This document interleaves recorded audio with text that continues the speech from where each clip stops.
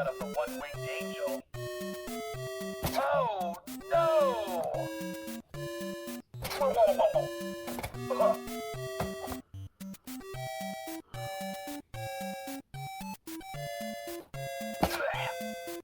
Is that all you got?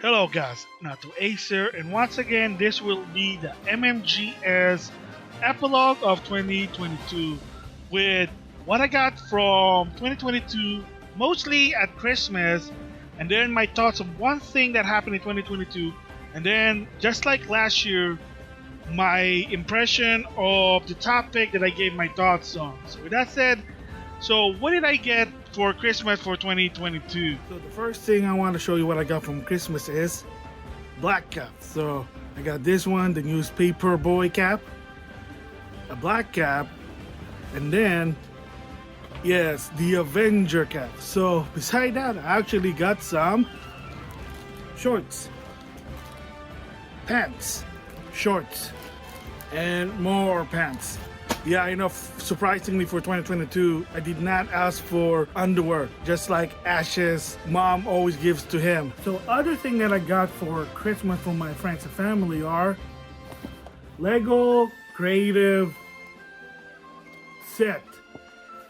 I guess it's one of those things that has random Lego parts, and then you can make whatever you want, you know, use your imagination. So I guess, I mean, it's not Lego Mario. So first is the toys that are already open. So such as first, can you see there, Lego Mario, the starter set. So I just used Mario. The other stuff is still not yet built because it's just too much for me for the time being. Of course, I got the Karibo set. So you get the Goomba there, and then Karibo, and then you put Mario there. So you're hearing that music. And then a friend of mine gave me the Honeybee power suit from Super Mario Galaxy. So yeah, this was not bad here. See, it's making sound. And of course in the background, I got a like Super Sentai Captain America. I guess it's meant for kids. I mean, kind of makes sense if you do a Marvel anime. And then of course, the Netflix Kitty He-Man. I did watch the show. It's not that bad.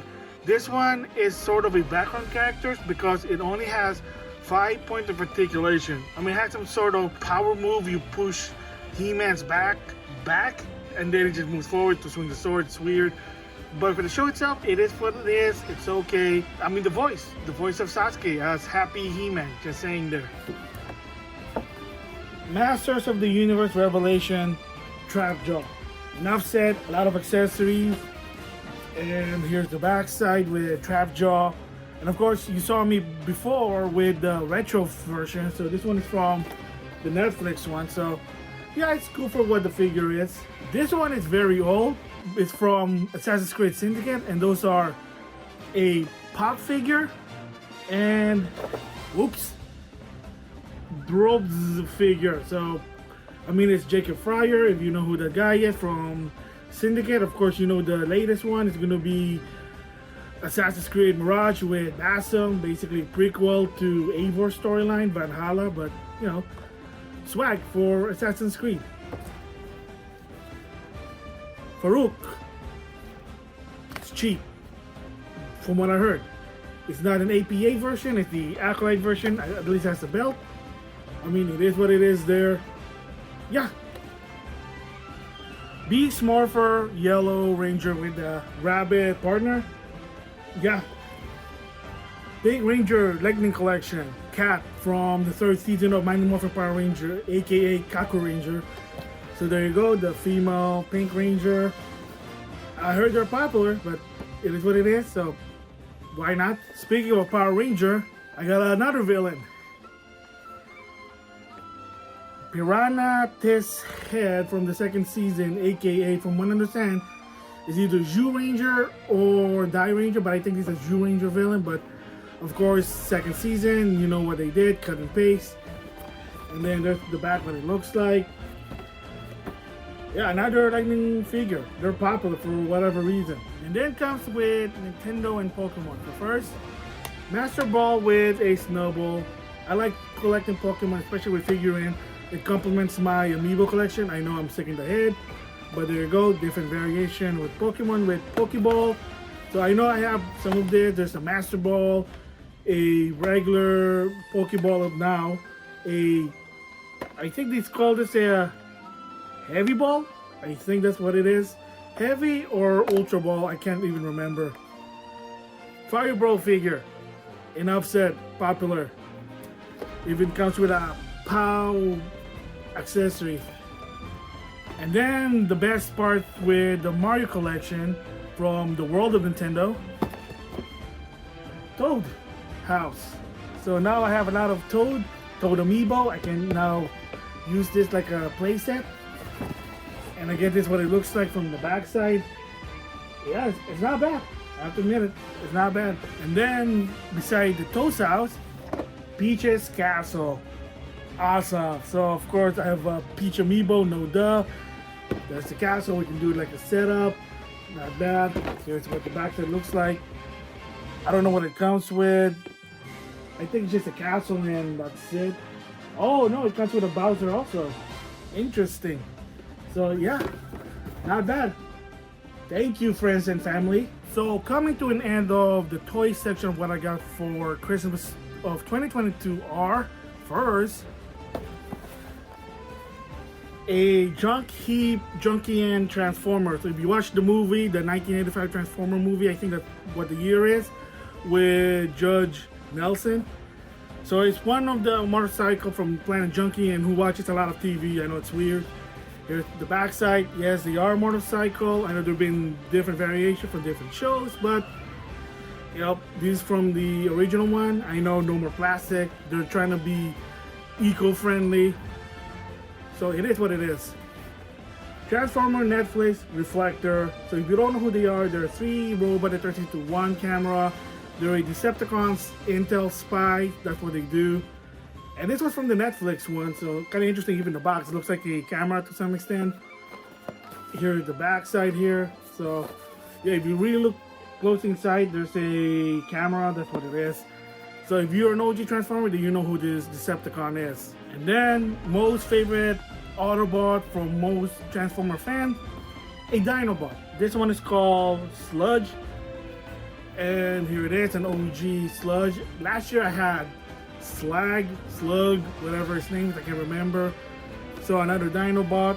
And of course, if you watch the Combiner War, for whatever reason, they combine, which is, in my opinion, not really cool, because the whole point of Dinobots are they're strong enough to be by themselves that they can rival a Combiner, but it is what it is. So not bad. This is a studio series. I don't know what it's called. There are too many Transformers already. I can't keep up anymore. But yeah, the box is not bad. And then something I got that I asked myself, why did you give this to me? But what is it? And a lot of people are gonna say it's a cash grab, money grubbing tactic, and that is, yes folks, the Tonka Decepticon Constructicon set. It cost almost $100. According to my friend, he had a coupon that got him 50% off, so $50 off, but still, it's still a cash grab. Look at the quality, it's Tonka. And I would even not recommend opening this. Just if someone gives you this for funs and giggles, just make it a display, because I like to combine stuff, but nah, it looks like crap, Tonka crap. I mean, I'm sorry. And here's what the backside is, and then there you go, the set, the Constructicons. Oh my gosh. And you know what I just realized also, just looking at this, even so it's a Constructicon, apparently it's an Autobot, so it's a Autobot version of a Constructicon, which is, I don't get it. Tonkanator. See, there's the name, Tonkanator. It's a cash grab. You saw me taking picture in my Instagram. Why? Why would you do this? This is so lame. Thank you anyway, but still, it's lame. So other thing that I got, but unfortunately I can't put it on camera because they're too big. First of all, if you notice in the very beginning of this video, Yes, one of my friends gave me a AEW buddy, Kenny Omega, and when you hit the head or you shake him, he talks, and I'm like, really? Really? Whatever. So, I mean, if I feel frustrated or whatever, I can just beat the crap out of buddy Kenny Omega. But beside that, of course, the helmet from Transformer, they are GameStop exclusive. They are heavy. I'm hearing that they are popular. I mean, I guess if you go to a cosplay, I don't know why. Again, you know, one of my friends is a Transformer fan, but it is what it is. There you go. Soundwave and Megatron helmet. Yes, they are a helmet from what I understand. I mean, they're good for display. It is what it is, but there you go. But if you're trying to carry them, they are heavy. They're big and heavy. Coming to a close with what I got for Christmas for the toy section are first, Scorponok from Beast War. It's just a scorpion, second in command if you watch that animated show. Enough said, this is one of the OG ones, so Scorponok. And then speaking of Scorponoks, I don't know why, but whatever, Mega Zarak aka Scorponox from 4th season of Transformer, Headmasters, now Master Force. This is called Black Zarak, or I guess just Dark Scorponox, whatever. This thing is big, and of course, if you know the history behind this, it was a Hasbro HasLab. People put money in like a Kickstarter, and oh my god, this is heavy, and oh my gosh, seriously. Yeah, the real Scorponox. I mean, Scorponox did appear in the Netflix Transformer, but seriously, this is heavy. So that's what I got for the toy section. So the next one is, of course, since my YouTube channel is all about video game, what did I get for Christmas for video game? First, iPhone shield. I also got a case, but I already put it on my phone, and I'm recording this with a phone. But yeah, I got those necessity if you need to protect your phone. Data East Pixel Classic wannabe Game Boy. It plays, I think, how many data game here? I think it has 8, and then the rest are just some sort of NES shovelware. I know, but again, I got it for cheap. My friend said it was cheap and he raws, and it's just a cool, quick pick-up, fun game if you want to play. But a lot of the game, Data East and shovelware, they're just NES games. But it's really cool for what it is. Shadowverse, basically from Side Games, $20, and I'm gonna give it a try. Card games, not really my forte, but I heard it was fun, so I tried it. I guess it is, but you know, you'll learn when you play more about it. So Shadowverse, Darius EX for the Switch, so a shooter, good alternative. Playing before I go to sleep in my room, because I have no access to play it on the TV. And to some extent, you want to go to sleep, so you don't want to leave your TV on. Just saying there, save some energy, conserve some, be eco-friendly. But yeah, it's a good option if you want to play it on the Switch. Maglam Lord, I heard it's a action RPG. Gotta try it out. But I always like RPG, especially anime waifu. And then something that I did want it to some extent, and here's the reason why. Kingdom Hearts Melody of Memory, and I have this on the PS4. The reason I want it for the Switch to some extent is that if you have a save data from this game, you get a free song for Super Smash Bros. Ultimate on Hollow Bastion, and a lot of people said the song is good, so it is what it is. Again, option, I can play it before I go to sleep. Taiko no Taijutsu Rhythm Festival, more songs, especially good. Licensed anime song, not an American one, because if you bought this one for the PS2, you know all the songs are American. The only closest one was Dragon Ball Z, the American version, and yeah. So yeah, more song. I heard it was on sale. That's why one of my friends bought it for me. So awesome. I like playing some rhythm games once in a while. You know, away from the intense game, more to a casual arcade fun. Let's just say that. Yeah, Mario and Rabbit, Spark of Hope. Not really a fan of XCOM, but I heard it's good. I played the first one, kind of difficult for me, not my forte. But at least, you know, hey, there's a sequel, so we'll see what happens once I try to finish the first one. It was hard, but yeah, I don't know why one of my friends gave it to me, but it is what it is. And then two major ones for the Nintendo Switch. I'm surprised they did get it. Normally, I don't want to pay full price for this game or anyone, even my friends or family. They were on sale, sort of. They were $45 each, and you know what I'm talking about. And I'm surprised they got it, but you know, it is what it is. And the first one is Kirby and the Forgotten Land, a 3D Kirby game. Granted, it's still in 30 frames, but you know, it is what it is. HAL Laboratory, they're not really good making HD game, unfortunately. But I heard this game is good, so it's 3D. Here's the backside. So awesome. And then, yes, Splatoon 3. And you saw my impression of the Octo expansion pack, and well, this is the base game, so it's a bit easier. But imagine the DLC for this one. It's gonna drive me nuts again. Who knows? We just have to wait and see. But here we go. Splatoon 3, more stuff, same thing, but it is what it is. So yeah, they gave it to me because why not? Splatoon.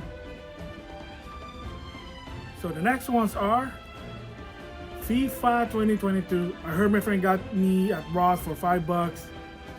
Seen the game, I guess. Star Renegade.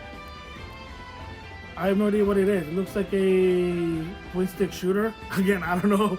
So I'm just guessing right now. I heard about it, but never played it. So once I have a chance, maybe I can give a more accurate for what the game is. And then the next one is, yes, Doki Doki Literature Club Plus. No. Enough said. No. No. Chris Star. Oops. I mean Chris Tales. So I'm confusing the game title. And yes, I heard this game is good. So I heard it's about time traveling. It's a action RPG, I think what it is. I could be wrong. Maybe just an action game. So if I have a chance, I'll try it out. Puyo Puyo Tetris 2. I love that game. I played the first one, so this is the second one. Best part is PS5 free upgrade. And yeah, I mean, it's a sequel. Spoiler, the story has nothing to do with the first one, or there's some sort of like, I remember something, but then I forgot something. But it's actually fun. A crossover of Puyo Puyo and Tetris. Not bad. New Super Lucky Tail. Basically, if you know about this game, it was originally an Xbox exclusive, the original one without the name New. And then when it came to an enhanced version, it became multi-platform. So that's what there's a PS4 version, there's an Xbox One version, even a Switch. It was kind of sort of their kiddie game for the Xbox at one point, but and then they just say, you know what, why not just make it multi-platform? I mean, heck, if Minecraft and Ori and some Microsoft game can go to the Switch, why not this game? Just saying there. Cotton Fantasy, based on a classic arcade shooter. So there's also a reboot about that long time ago during Amazon Prime, but now Fantasy is supposed to be like a modern version, so you get to play as multiple characters. Yeah, it's not bad, it's fun. I like shooters, classic ones. Speaking of shooter, G Darius HD. Yeah, so basically based on the arcade that went to a PS1 version, now there's like enhanced version, and now there's a modern version, and this one comes with trophies. So yeah, I heard Darius games are fun, and I did play some of them, and I can see why. Yes, Maglam Lord for the PS4, because why? I get trophies. I love trophies, achievement, and hopefully Nintendo in your next console finally add in that system-based achievement. Just saying there. Pocky and Rocky Reshine, a enhanced version of the Super Nintendo with more characters. Again, so before I end this about this game, is it censorship? Yes. However, E for 10. And if you know the MSRP rule, you can't have cleavage in an E for 10 game. Just saying the T, yes, ESRB, E for 10, no, that's the reason why. But again, you know, you get more characters, but it kind of sucks, yes. But for this one, in my opinion, I think it's more of a ESRB thing rather than just, oh, we gotta protect the kids thing. But again, it is what it is. And then of course, believe it or not, like I said, throughout 2022, surprisingly, credit to Cheap Ass Gamer and Mario 64. For whatever reason, Nintendo Direct always has a PlayStation 5. We said it was there and we decided to get it. I guess either early Christmas 2022 or late Christmas 2021, but to some extent it's like so much money, don't want it, but it's there. So anyway, what did I get for the PS5? So one, I did get it. I'm surprised someone did get it for me. Thank you, friend and family, and that is Atari 50. So I did play this game. Yes, it is nostalgic to some extent, but I not grew up with Atari, but I know what the games are. And to some extent, unfortunately, there are some games that's not in here that's on the Atari Vault, such as Golf and Maze. So, but it has Link's game, Jaguar game, and other version of Atari. Of course, they have also the Reimagine. So it is fun for what it is, and the developer, Digital Eclipse, did show some respect. There's also a movie section where you can learn about Atari. And spoiler, if you watch all the movies, you learn all about Atari. You do unlock one of the Atari games, I know, but it's not that hard, but it's time consuming. Atari 50, it was a joke, but thank you, friend, for getting it. But there is one game I said no, and one of my friends said, are you interested in this game? It was $40. Even went to $30 at one point, but I said no, I want to get it for $20. And I said to them, don't get this game unless it's $20.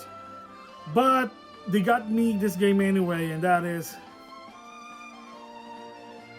Sonic Frontier for $40 from what I heard. Why? Why? Why? Okay, it's not a bad game. I played it, but I'm not a Sonic fan. And I told them, wait until it's cheap. It will go cheap like in late 2023. No, because one of my friends wants to see the open world Sonic game. It's not bad, but still. Why? Why? I can put my time on different game, but whatever, it's here, so I played it, so why? So this one is $20, so I'm cool with it. It's $30. Yeah, this one actually, I like it. Granted, there's no voice acting this time like the original PlayStation, and of course, you know the controversy with Miss Pac-Man. Until they fix that, you're gonna see Pac-Mom, I know. But I played the game, 60 frame, it's actually fun, and it's very simple. There's the reason why it's $30, because yes, like I said, there's not a lot of voice acting this time, they're probably cutting back. But there are some content here, and yeah, there is unlocking the original classic Pac-Man, because the same goes with the original Pac-Man game. And of course, the credit also, they did fix that. I don't know why Namco Bandai did not do it in the first place, but there's a story there. But yes, for $20, I think it is fun for what it is. I say get the Xbox and PlayStation 5 version because you'll have better experience. Just saying, I know some people don't have that option. They get the Switch version, and I wouldn't be surprised if it's 30 frames, but it is what it is there. Damn Fighting Herd, a fighting game. And if you know the history behind this, it was originally a My Little Pony, Friendship is Magic. Yes, no joke. But Hasbro said, nope, can't do it. So the caveat at least was, believe it or not, the character design is the same person who did the My Little Pony, the one from Discovery Channel. So, I mean, it is. I played the PC version. It is not bad. It's a good alternative to Skullgirl. And yeah, there's like more characters coming in. There's a mule, I think. And then there's even a buffalo that's voiced by Patrick Sace, aka Endeavor, and Dio Brando. But again, yeah, it's not bad. I heard that, you know, you're gonna add more content from what I understand, but when I played it, yeah, it's not bad for a game. Speaking of another fighting game, DNF Duel. I did ask for this one, and yeah, too bad there's no English dub, but I heard the game is good and has some sort of content for $30. I think that's good rather than $50. And of course, there's gonna be more characters coming in, improvement for the game. Yeah, I'm just a casual gamer that likes to play fighting game for fun. But there you go, DNF Fighting Duel. So one of my favorite genre are JRPG, especially with anime and waifu. So, Soul Hacker 2. Enough said. I know I played the first one in the 3DS. It's kind of weird because it was one of those first-person dungeon type game. I have played some of them. Mary Skelter is the one I can think of. So it's a sequel. I heard it's mediocre, but again, hey, you know, it is what it is. I know, would it sell better if it was on the Switch? Maybe the Switch effect, but that'll be a different story there. Scarlet Nexus. Yeah, I like the demo. I played it and not bad. So yeah, so the full game there. So basically, think of it as sort of a lesser version of Devil May Cry action game. Story about telekinesis, psychic, but again, I heard the story is okay for what it is. And if a game is not on the Switch, chances are probably either it's not gonna run. Maybe it's also because it might not sell, but who knows? I mean, in 2022 and 2023, I'm sorry to say that Switch effect thing that people are talking about it, in my opinion, I think it's diminishing because, again, you know, the power gap is just, it's out there. Just saying. You can tell by some of the games, but, you know, if you're Switch owner only, you're probably going to accept what it is. Hey, you know, kudos to you guys. Yes, Disgaea 6. Controversial to some extent in the West for a while because at one point when it was released, it was going to be only in the Switch for whatever reason. And from I understand, it is a rumor. The reason is because of what happened to Disgaea 5. So here's a recap. Disgaea 5, when it was released on the Switch, sold better within weeks versus on the PS4. So that's what the Switch effect says, because some of the third-party games for a while was selling better on the Switch versus on the other console. However, in the case with Disgaea 6, that wasn't the case. Why? Because the Switch version was running like a potato. The frame rate was a problem. A lot of people said that they couldn't even get into it because of the frame rate. I played the demo for the PS5 version. See, PS5. Smooth, 60 frame, and it's more enjoyable. Just saying there. Like I said, nothing personal. The Switch effect is starting to diminish. Unless Nintendo do something, you're either going to end up playing it on the PS5, PC, or the Steam Deck, which, again, there's now a competition for Nintendo. Just saying there. But so yeah, what's the moral of the story for NIS America? Don't do that type of tactics ever again. So with this Disgaea 7 comes out in the West, whatever, release it simultaneously with the Switch, PS4, PS5. Just saying, because yeah, there were a lot of complaints that, oh, it's going to be the PS4, it's going to be the PS5, because it runs like a potato on the Switch. Again, it's just a fact. Anime game. I watched the series, they're good, they're gory, but at least, let's just say that this anime, Demon Slayer, I enjoyed more watching than Made in Abyss, because I was watching that on Hulu and like, oh, that's so nasty. But different story. Yeah, there is a game, that one. Looks like some sort of Dig Dug in 3D, just saying. So I heard it's good. I'm gonna try to have a chance, and yeah, there's DLC even with this game. And best part is, it's English dub. There's English dub for this one. Thank you, Sega. Coming to a close are PS5 first party games. For $10, Destruction also. Yeah, there is also Plus, but I'm not Plus. I'm not paying $50 per year. But I heard it's okay for what it is. But again, $10 is better than what? $70 for this from what I heard? So I mean, it is what it is. I'm assuming it's a sequel to Destruction Derby for the PlayStation 1. I enjoy playing this game. So it's sort of a casual platformer, Sackboy Big Adventure. If you played the Little Big Planet, it is the PlayStation version of Super Mario Maker, except not so intuitive versus Super Mario Maker, just saying. But now they have their own adventure, a 3D adventure. It's not bad for what it is, $20. Hey, can't go wrong with this. Then lastly is Ratchet & Clank Rift Apart. Very good, the story is good. It's a direct sequel to Rift Apart. So if you say, well, what about the one for the PlayStation 4? That's sort of a reboot that's based on a movie, that's based on a game, so you get the idea there. They're trying to make some of their Sony games into movies. So the movie version of Ratchet & Clank, it's okay for what it is. Again, a bit different than the original one, and if you play the game, it's basically sort of a direct sequel to the movie. You're just playing the movie because Quark is telling you the story, but for this one is, yeah, different story. You get to play two different longbacks. Yes, it's not a bad game. So those are the games that I got for Christmas of 2022. So thank you, family and friends. So with that said, what I got from Christmas of 2022, this time I want to give my thoughts that interesting that happened in 2022. No, not about the Nintendo Switch Pro story or a new Switch that's supposed to come out eventually. No, that'll be a different video.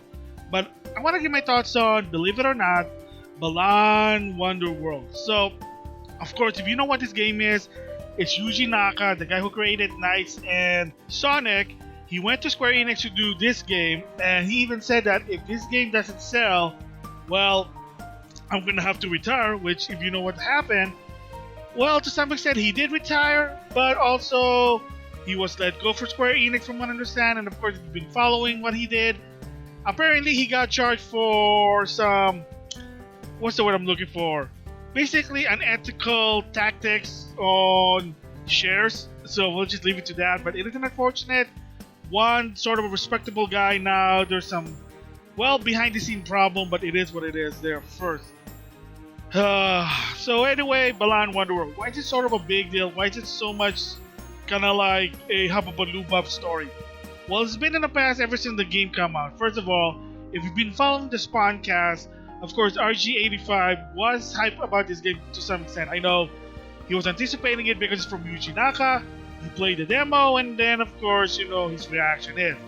And then later on a Spawncast, he basically did a Metroid Dread bet that if the game Metroid Dread sold at least 3 million from October 2021 to 2022, then he'll play Balan Wonderworld. On stream, well, he just said he's gonna play it, especially on Switch, and I can tell you the Switch version, well, the frame rate is bad. I'm gonna tell you about that. So it is bad, and if you saw my short video, well, I have it for the PS4. I got it for $5, so you're gonna see it there. And then, of course, there was a super sale at GameStop for $5. So what do you think would happen? $5 for the PS5 version. So I did finish the game, and what RG85 said, let's just say that he's not wrong. I mean, the game itself, well, I wouldn't say it's the most anticipated game for Yuji Naka, but to some extent, yeah, like, you don't want to put your time playing this game, but then that's the impression, but that'll be a little bit later. The thoughts I want to give first is this game, what people say, oh, is it bad, it's unplayable? Well, to some extent, it is playable, it can be fun, but like I said, you don't want to put your time here, you'd rather play something much better than that one.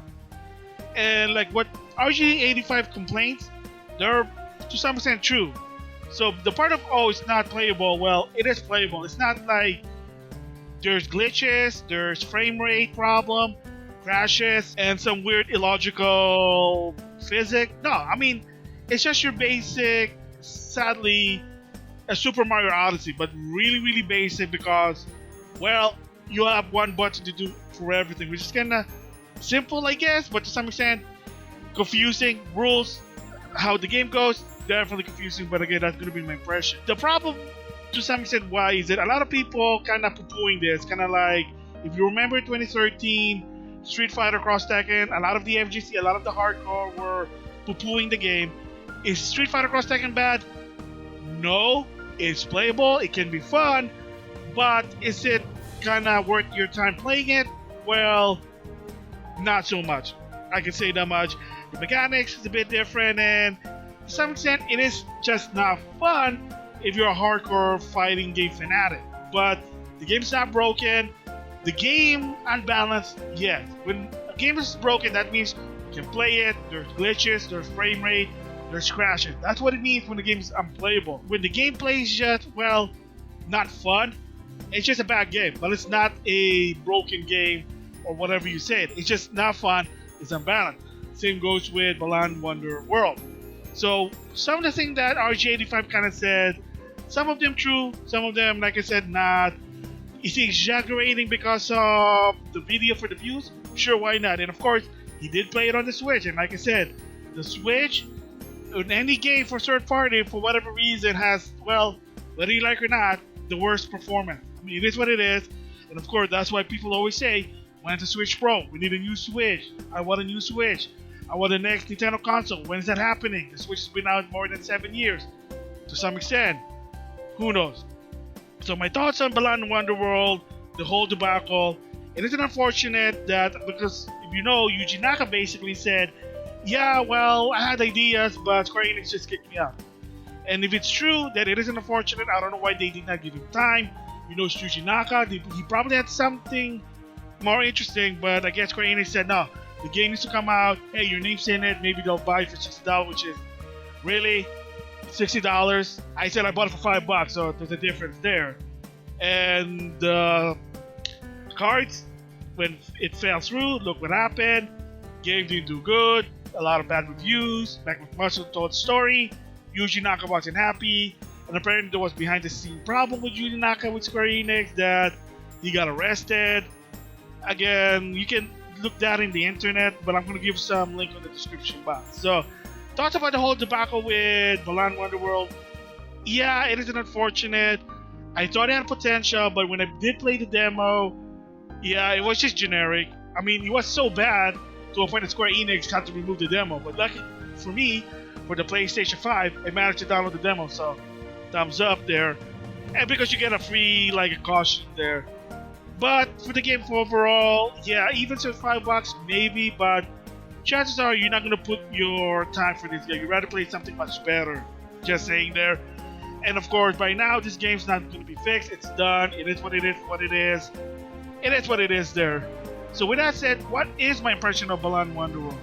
Well, like I said, this is a game from Yuji Naka. So at first sight, when you saw Balan, oh, top hat, fancy suit, you might think, oh, it might be like nice, he's gonna fly around, get wings, collect something. No, what it is it's sort of the basics nice because you got two kids. Remember that same goes with knights, but the difference is you don't play as Balan. You play as either one of the two kids, they have their own problem, and then Balan takes you to this fantasy world, and then from there are 12 people with their own problem and you have to fix it. And basically you have to go from point A to point B, beat the bad guy, the boss, and then in the end there's going to be, like RG85 said, a dance sequence. And yeah, I mean, it's not so good, but it is what it is there. And story-wise, it's just basically basic. Each character for each chapter, they have their problem. You have to solve the problem. And how? Beat the bad guy, like I said, and watch a cutscene of them doing a dance number. I know, it's weird. The costume system, not really so good. Again, what RG85 said. You have to get some costume because when you get hit, you lose that costume. And then later on, you have to actually, sadly to say, backtrack to get all the collectibles. That's also one of the biggest problems there because there will be a point when you need a costume for a later chapter to use it on a earlier chapter. And I can tell you, it's not that bad, in my personal opinion. But let's just say you might gonna need a game facts for this one there. Song-wise, it's not really bad. It's kind of catchy. Animation, actually, I have to admit, it was pretty good for what it is. I mean, it's gonna be surprising. It's almost close par to a Super Mario Odyssey. But again, what kind of make the game go down is the gameplay. Again, it's simple. Like I said, it depends which costume you wear. The basic action is you jump. But you have a certain one, you either shoot, you turn invisible, you shoot projectile, and sometimes it gets confusing. And then when you're in a intense situation, you could have a hard time like changing costume. Even so, you just use the top button. But again, yeah. And then hit points mechanic, that needs to be a little bit worked. Definitely there. And then trying to unlock everything here is a problem. First of all, throughout the game, you have to collect Balan statues. Some are easy, some are hard. Like I said, some of them you're gonna need a sort of a costume from a later stage and bring it to the earlier stage. Fine, whatever. There are parts when you get to play as Balan in a called Balan Bout, and it's all about timing. And the problem with this one is that you have to get it perfect to get a Balan statue. You just miss just once. That's it, you gotta start all over. And is it fun?